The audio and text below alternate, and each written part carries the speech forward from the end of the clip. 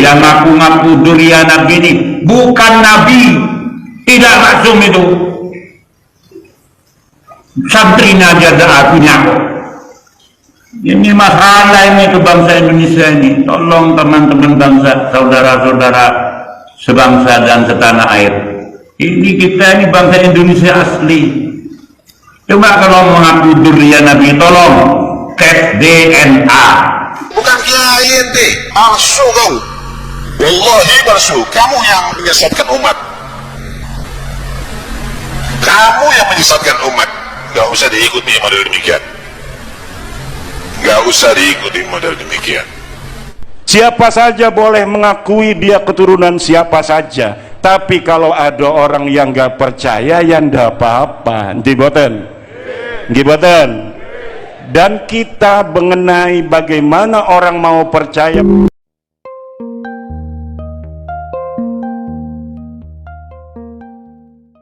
Ini mulai kapan?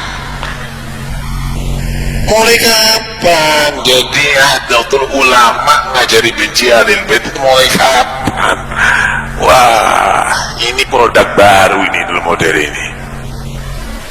Anda tahu Kiai Masimam, Anda tahu Kiai Khalil Bangkalan, Anda tahu Kiai Abdul Hamid, Anda tahu Kiai besar. Mulai kapan ini kerucuk-kerucuk ngajari benci Ahlul Bait nih? Mulai kapan? Anda baca kitab ente? Nggak baca kitab, mau sok jadi kiai, bukan kiai ente, palsu kau. Wallahi palsu. Kamu yang menyesatkan umat. Kamu yang menyesatkan umat. Gak usah diikuti model demikian. Gak usah diikuti model demikian. Paham ya? Ini Ana sampaikan demi untuk menyelamatkan. Assalamualaikum warahmatullahi wabarakatuh. Saudara-saudaraku semua sebangsa dan setanah air. Ini ada habib yang tidak tahu ngaji ini, tidak tahu ngaji, bodoh ini. Hanya sorbannya saja yang besar ini. Mengatakan Ahlul Bait macam-macam. Kiai jika dikatakan kerucuk-kerucuk ini, yang kerucuk itu antum nggak tahu ngaji, nggak tahu kitab, bodoh antum itu. Ahlul Bait ini tidak ada sudah. Ahlul Bait itu terakhir setelah meninggalnya Sayyidina Husain. Coba lihat di kitab Imam At-Tabrani, itu ada kitab Al-Mu'jamul Kabir karangan Imam At-Tabrani. Kemudian di kitabnya Sunan At-Tirmidzi itu halaman 64 ada semua di situ tuh. Ya, ada semua. Jadi Ahlul Bait itu ketika turun ayat kulla as'alukum alaihi ajra illal mawaddata fil qurba, ini Kanjeng Nabi ditanyakan, "Raman qarabatuka ya Rasul?" Siapa saja Ahlul Baitnya jenengan ya Rasul? Qala, menjawab Nabi, Aliun wa Fatimatu wa banahuma. Jelas hadisnya ini. Aliun wa Fatimatu wa banahuma. Ali, Sayyidah Fatimah dan putranya Hasan dan Husain. Nah, setelah meninggalnya Sayyidina Hasan dan Sayyidina Husain, Ahlul Bait tidak ada. Itu harus dipahami, jangan membuat sesat di Indonesia antum ini. Membuat sesat di Indonesia, pulang ke sana. Di Saudi itu, di Arab itu udah ada istilah Habib. Tidak ada. Yang ada itu di Indonesia. Karena orang Indonesia itu yang makan Habib itu. Kita harus kembali ke agama. Kita kembali ke agama. Ya, karena agama itu ilmu. Yang jelas di hadisnya itu ulama, al-ulama warathatul anbiya. Jelas hadis ini. Ulama pewaris Nabi. Ya, kalau Habib, orang-orang Arab itu alim seperti Gus Baha, hafal Quran, hadisnya sekian ribu hadis, kalau perlu sekian juta hadis, nah itu ulama. Nah, begitu juga walaupun bukan Habib, bukan turunan Arab, itu kalau hafal Quran alim seperti Gus Bah, itu ulama. Nah ini yang dijamin dengan di Quran, innama yakhshallah min ibadihi ulama. Perhatikan ini, innama yakhshallah min ibadihi ulama. Hanya saja, ini ada innama ini, hanya saja yang takut kepada Allah dari hamba-hambanya Allah itu ulama. Tidak ada jaminan zuriat Nabi itu masuk surga. Ingat, bukan Nabi. Yang ngaku-ngaku zuriat Nabi ini bukan Nabi, tidak maksum itu. Sabrina aja ada akunya kok.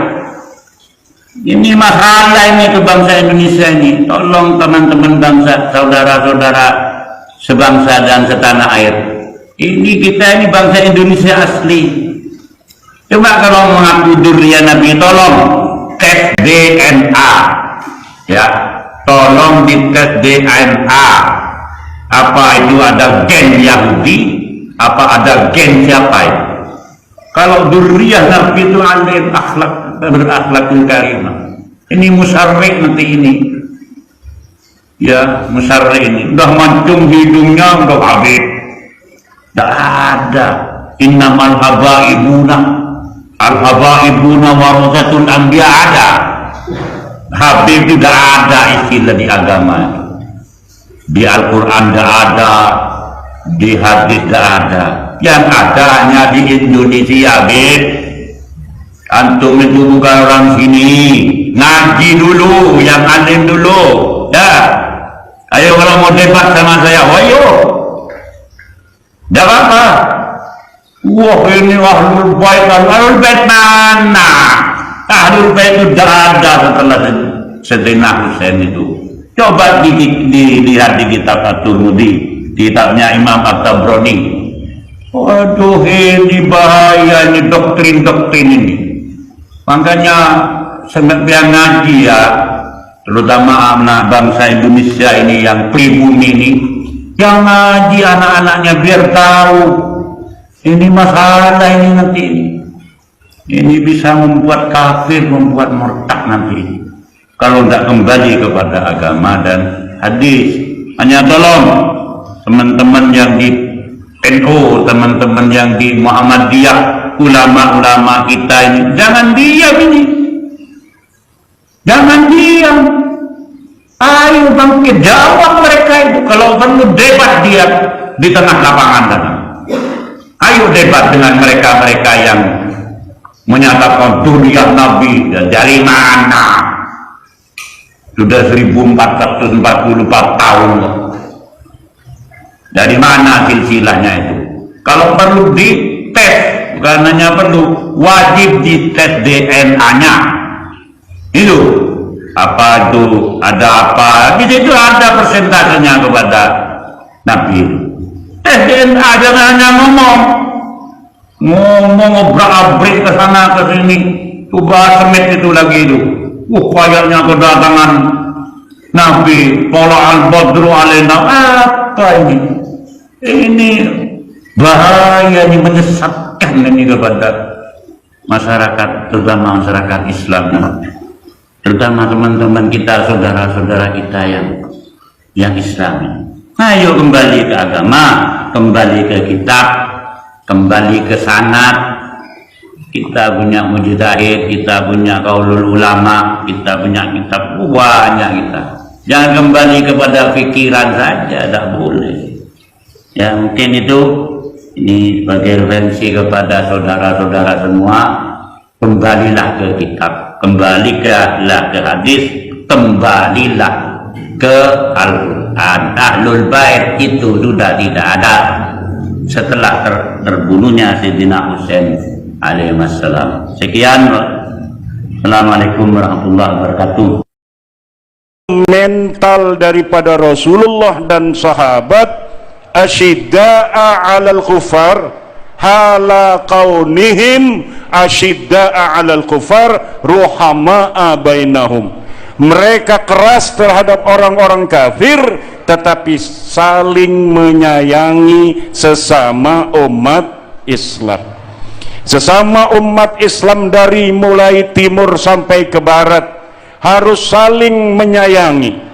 Warna kulit boleh berbeda, suku boleh berbeda, pandangan keagamaan boleh berbeda, tetapi selagi dia la ilaha illallah Muhammadur Rasulullah, maka kita harus saling sayang menyayangi.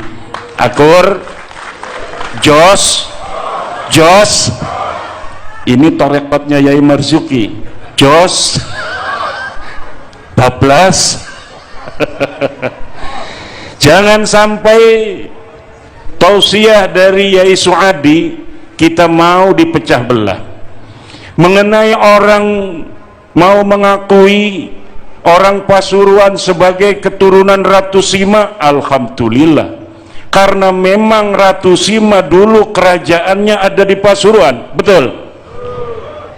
Orang-orang mau mengakui orang Pasuruan sebagai keturunan Raja Besar Empu Sendok yang mempunyai pusat kerajaan di Jombang. Setelah dipindahkan dari Jawa Tengah Mataram kuno, kemudian dipindahkan oleh Empu Sendok ke Jombang, kemudian ini daerah Pasuruan dijadikan oleh Empu Sendok sebagai daerah tempat para pertapa, daerah ilmuwan, di mana anak-anak pangeran kerajaan Mataram kuno semuanya dididik di Pasuruan.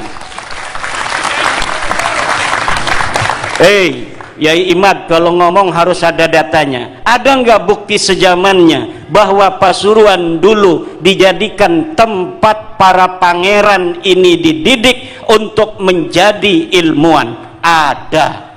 Silakan cari prasasti Cungrang, angkanya 932 Masehi. Empu Sendok menulis dalam prasasti itu bahwa Pasuruan dijadikan tempat pertapan, tempat di mana para dididik di Pasuruan.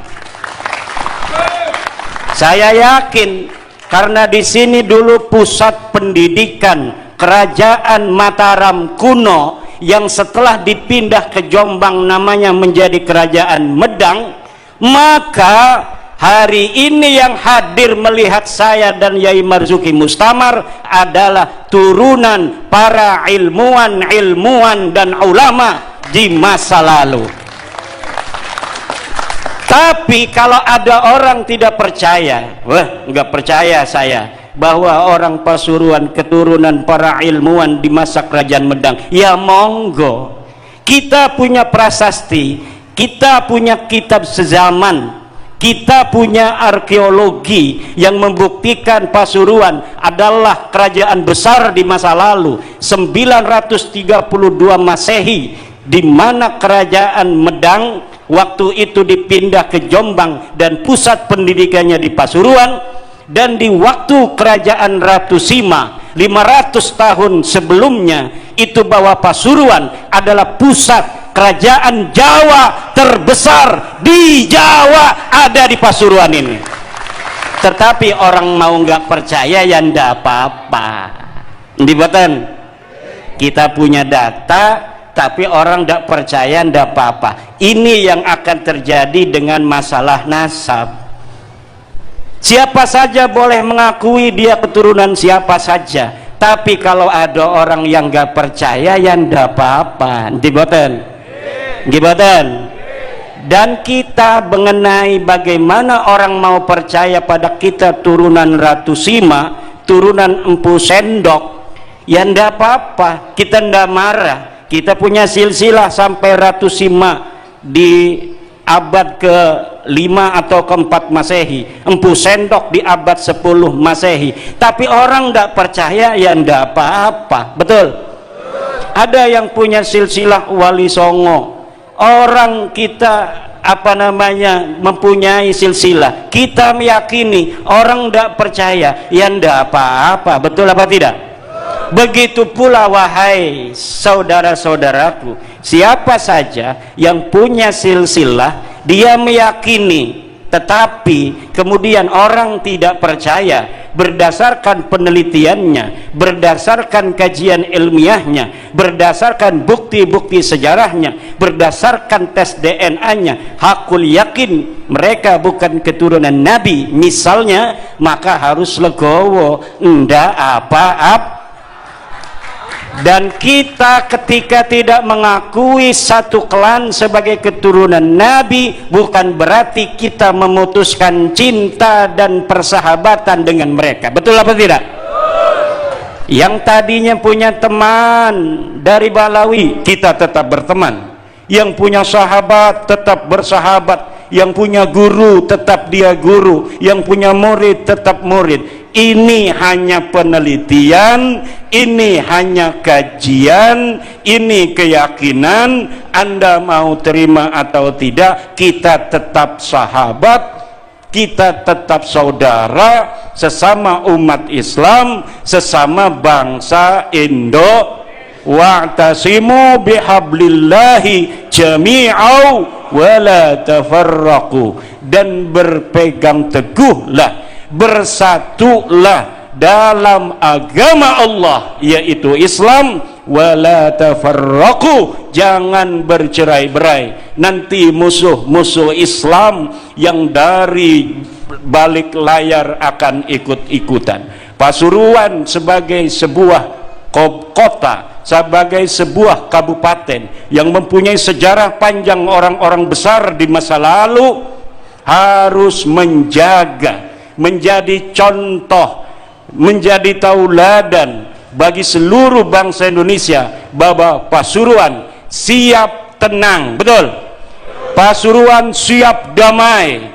Pasuruan siap menjaga ukhuwah Islamiyah, ukhuwah Nahdiyah. Sama-sama orang NU, nggak ada mungkin yang hadir di sini bukan orang NU. Ini yang hadir 12.000 orang, semuanya nderek Mbah Hasyim Asy'ari nggih. Mbah Hasyim Asy'ari itu adalah pendiri Nahdlatul Ulama bersama para kiai-kiai Jawa Timur. 90% pendiri Nahdlatul Ulama adalah Jawa Timur. Para pendiri NU dengan segala keilmuannya yang luar biasa mengambil saripati ajaran-ajaran Wali Songo untuk dilembagakan di dalam organisasi Nahdlatul Ulama. Apa yang diajarkan oleh Wali Songo? Tasamuh, tawasud, tawazun, i'tidal. Tasamuh, tawasud, tawazun, i'tidal. Ini yang harus dijaga. Tepo seliro, saling harga menghargai, saling hormat menghormati, saling cinta mencintai. Kita sebagai penerus Mbah Hasyim Asy'ari harus tetap memegang prinsip-prinsip Mbah Hasyim Asy'ari yang diwariskan dari Sunan Ampel, yang diwariskan dari Maulana Malik Ibrahim, yang diwariskan dari Sunan Giri, yang diwariskan dari Sunan Bonang, yang diwariskan dari Sunan Derajat, yang diwariskan dari Sunan Muria, yang diwariskan dari Sunan Kudus, yang diwariskan dari Sunan Bonang, yang diwariskan dari Kanjeng Sunan Kalijogo, yang diwariskan dari Sunan Gunung Jati Syarif Hidayatullah. Inilah para hadirin, Allahumma innaka ta'lam annana qad hadarna fi hadzal majlis syarif, fi hadzal majlis syarif, majlisil maulidi nabiyyika Muhammadin sallallahu alaihi wasallam, fa'afid alaina libasal izzi wat takrim, fa'afid alaina libasal izzi wat takrim, fa'afid alaina bi barakatihi libasal izzi wat takrim, warzuqna rizqan wasi'an halalan tayyiban mubarakan min ghairi masyaqqatin wala imtihanin wala ta'abin bihaqqi sayyidina wa maulana Muhammad sallallahu alaihi wasallam. Pesantren Ar-Raudhah yang didirikan oleh Abu Ammar, ya Allah, langgengkan ia sampai hari kiamat. Santri-santrinya jadikan ulama-ulama besar, ulama-ulama yang akan senantiasa mewarisi ilmu daripada kanjeng Nabi Muhammad sallallahu alaihi wasallam, sebagaimana Sayyidina wa Maulana Kiai Abu Ammar telah melahirkan para kiai-kiai di seluruh pelosok Nusantara ini. Maka untuk masa depan, ya Allah, rizkikanlah Kiai Suadi, Gus Huda dan keluarga besar Yai Abu Ammar, keturunannya, para santri yang akan tetap menjadi ulama penjaga persatuan dan kesatuan negara kita, negara Republik Indonesia. Wallahu